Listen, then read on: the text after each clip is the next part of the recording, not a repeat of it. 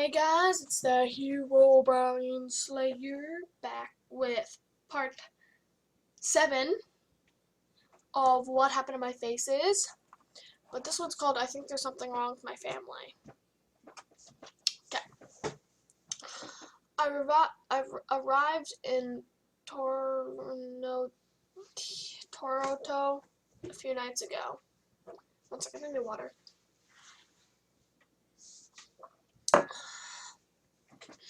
I have been living in my car since I have a limited amount of money.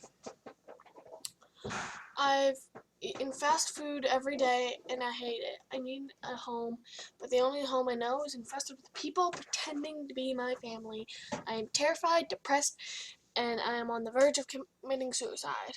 I don't want to deal with all the fear and loss anymore. I want it all to end, but I think about the small chance that my real family could still be out there. I keep thinking it's keeping me alive. It's my only fuel for life right now. I need answers. The man I planned to meet, Joel, gave me his number. And we might have been texting back, and we have been texting back for a few days. I know you guys told me not to trust him, but I have to. It's my only hope for answers. My only chance to figure out what the fuck is going on. He says he's an expert, which leads me to believe that this isn't the first time this has happened. How many cities have been taken over without anyone knowing? Joel said he wasn't in Toronto. He was visiting a friend, but he'd be back soon. It was Friday night, and I was waiting patiently in the car. I was actually excited to meet this guy, to talk to someone who knew what I was going through, to express how scared I was. Maybe he would let me stay with him. Maybe he would help me. A wave of hope crashed into my head as I started to feel safe. There was no way this thing could have taken over Toronto. It was too big. I sat in my car, eating Wendy's. I've never been a fan of fast food, but that's all I can afford. I haven't seen any people smiling at me, so I wasn't scared as I should have been. My phone was dead, no text, no Snapchat, nothing. None of my friends were replying, which is weird because usually they reply within the hour. As I stepped through my phone, my head started to hurt. It was like a mild headache, but I quickly turned into a migraine. A few minutes later, someone was stabbing my head repeatedly. It felt like someone was stabbing my head repeatedly. I started to tear up due to the pain, and I stepped out of my car. I walked a few steps before throwing up on the street. It was late and there weren't many people around, but some people definitely gasped as they watched me puke out my dinner. I looked up and everything was blurry. I couldn't see anything far away, and everything close up was disorienting. I wiped the vomit off my mouth and looked up. There was a tall, lanky man in a suit walking towards me. As I watched, his walking speed sped up. He was getting very close. Before he reached me, I felt my eyes shut down and I passed out. I woke up in complete darkness. I couldn't even tell if my eyes were open. It was too dark. My mouth was dry and my eyes were burning. I felt around me. I felt around me and I realized I was in a bed. A very comfortable bed. I had no idea where I was. I lost my place. Maybe Joel found me and took me to his apartment. I sat there a few minutes trying to think where I could be, but when I heard a voice. I sat there a few minutes trying to think where I could be when I heard a voice. Do you hear that coming from the furnace room? It was Alex.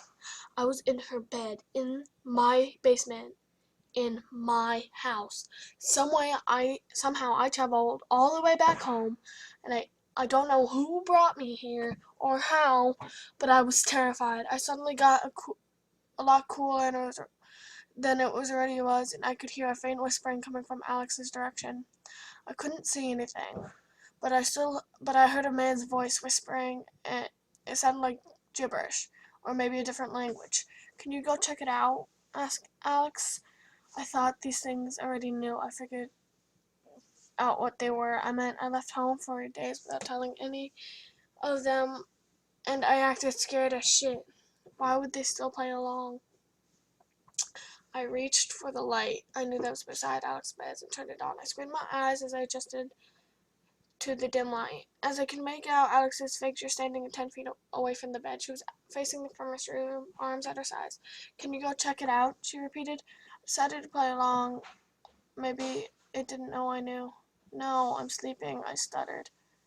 Her head twitched at my reply, and I realized she was now staring at me, but her body hadn't moved. That means her neck completely turned around, by the way. Can you come check it out? She asked again. At this point, the voice was getting progressively louder, and I definitely think it was in a different language. No, I said. Her eyes shifted from me to the ceiling, and her head turned back to the furnace room. A few more seconds of staring, she turned around and walked up the stairs. I could see a smile on her face as she told me goodnight. The voice quickly stopped, and it was silent. I didn't know what to do. I wanted to run upstairs and leave, but I was scared my family would be there. I grabbed my phone, which was plugged into the wall for some reason, and called Joel. I told him what happened and where I was. What? He screamed. I never knew they were capable of this. This is all new to me. Please, tell me what you know about these things, I whispered. Fine, I'd rather do it in person, but I guess that's hard to do with you not being here anymore. He cleared his throat and sighed, as if he was going to tell me some bad news. These things feed off fear. They impersonate friends and family and friends of people. They live with them, and they follow them wherever they go. Without fear, they have no food, and without food, their bodies start to decompose. This is because they are not actual beings. They are some kind of spirit that kills the host and takes over their body. These things are everywhere. Cities across the world have been taken over by these things. I started to cry. My family was dead. My hope was destroyed. Any chance of seeing my actual family again withered away. Joel continued. I didn't reply. I couldn't. I was overcome with sadness and shock. I never thought something like this could happen. I thought it could only happen in horror movies. How do you know so much about this? I asked. I wanted to know. There was no way he knew all of this without coming in contact with one.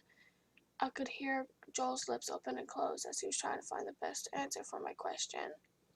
I could hear his voice crack as he pondered what to say. He was hesitant to tell me. I couldn't tell whether it was out of fear or sadness. After what felt like forever, he finally answered. I know because my family was taken over as well. I forgot to mention I refused a few Snapchat from my brother during my time in Tarantino. They were definitely scared. They definitely scared the crap out of me. This is the image. It is really scary. It is really, really, really, really, really, really scary.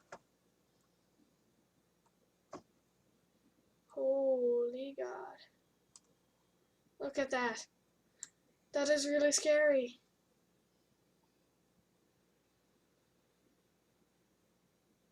I think this was when he locked himself in that bathroom. That is scary. Okay. I hope you enjoyed this. If there's another update, I will, read it. But I'll be reacting to it too, because I haven't read past this part, which is really scary. Actually, let me check if there's another part. I'm not sure. Holy crap, that thing is scary.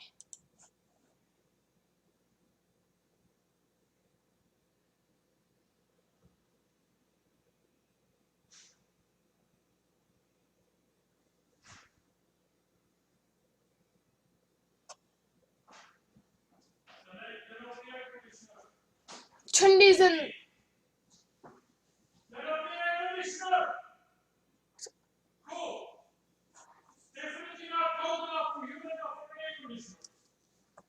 I'm trying to figure out if this is.